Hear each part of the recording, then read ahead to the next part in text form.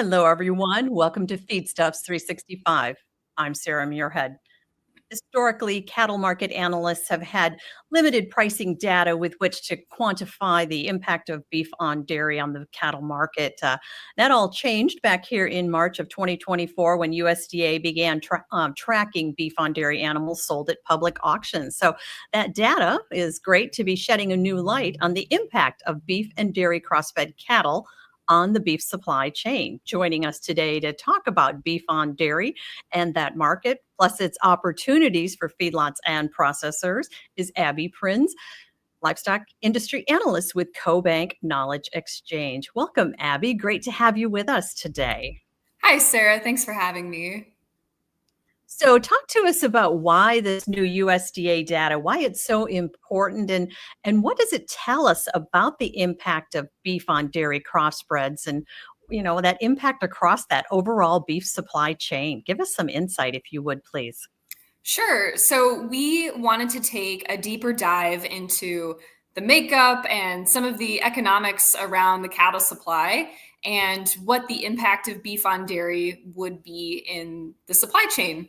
And so this prompted us to analyze this new livestock auction data that's available through USDA.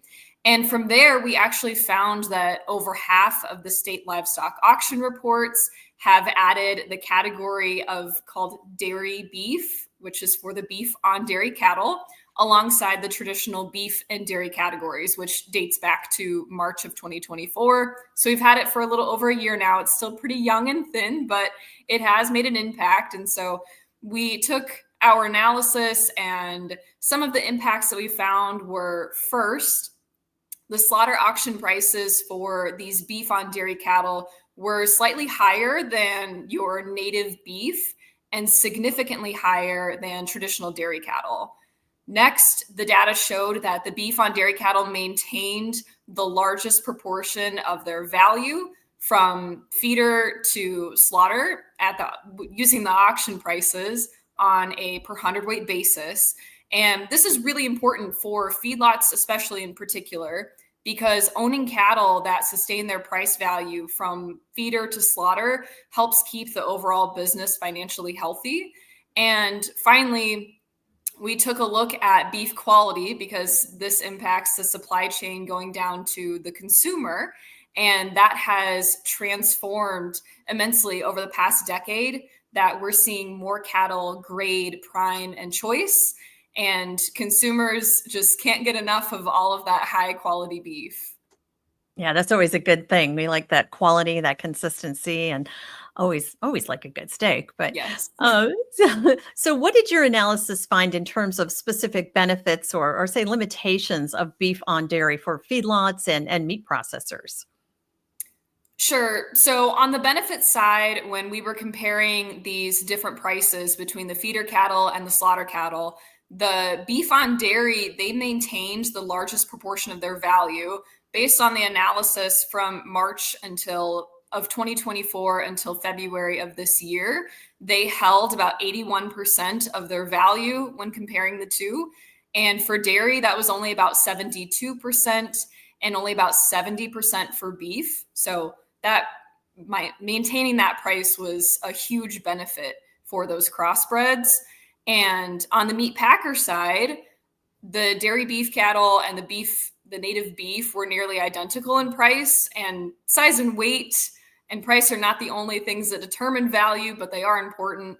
And that kind of leads us a little bit into some of the limitations, because there are always advantages and disadvantages with everything. So some of the limitations for these cattle are that we're seeing increased prevalence of things like liver abscesses, less desirable shapes and sizes of certain steak cuts, especially like the ribeye.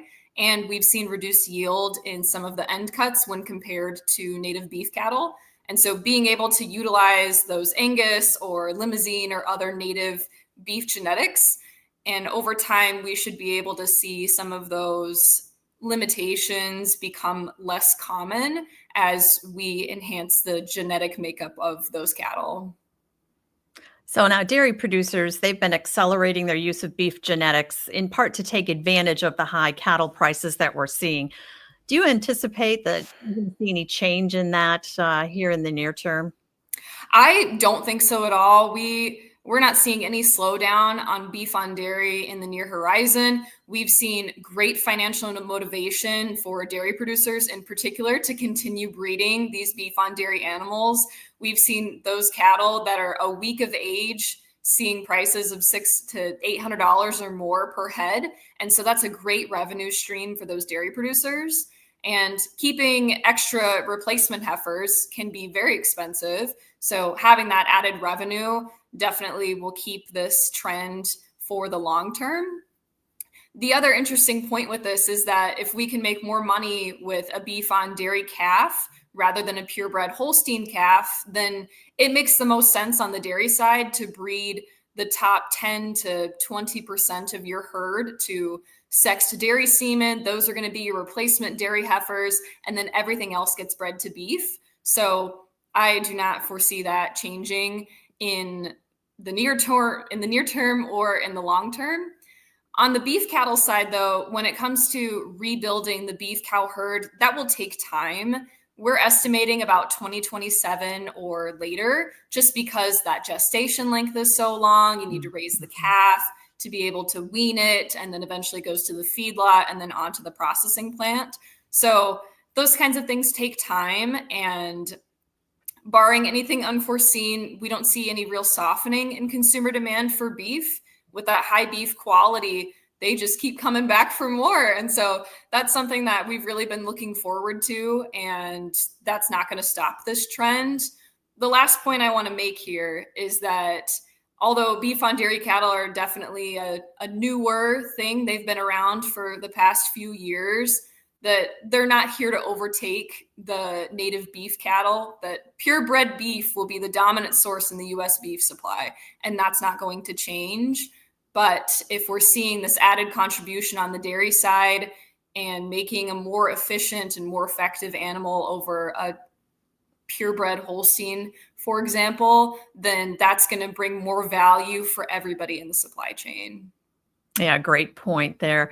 Now, your report highlighted how beef quality has been surging in the US, and it sounds like beef quality has had an impressive run lately. Well, give us an update on that. Do you see that continuing? What do you see there, and what's going on? Sure, it definitely has. We've seen US beef quality undergo basically a complete transformation over the last decade. Looking at prime beef, that's the highest meat grade. Its production over the past 10 years has increased over 140%. Last year, we made about 2 billion pounds of prime grade beef. Next would be choice on the list, which now makes up over 3/4 of the market share, with nearly 16 billion pounds produced last year. So those are great things to see, especially for the consumer. And meanwhile, production of lower grade meat like select, that share has definitely gone down. And last year, we only produced about 3 billion pounds. So maybe in the near future, we could see more prime beef being produced than select. So we'll see what happens, but it's all great news for everybody in the cattle industry. They've really focused on making that high quality beef, and consumers just can't get enough. Yeah. So we have a question from the audience here. Is there an estimate of how much dairy beef crosses, how much they make up of the cattle on feed today? Right. I don't have an exact estimate of total cattle on feed. However, we do have information from Cattle Facts. You can see this in the chart in our report, that we're sitting at about 4 million head of dairy of cattle on feed, and over half of that is beef on dairy. So that would equate a little over 2 million animals.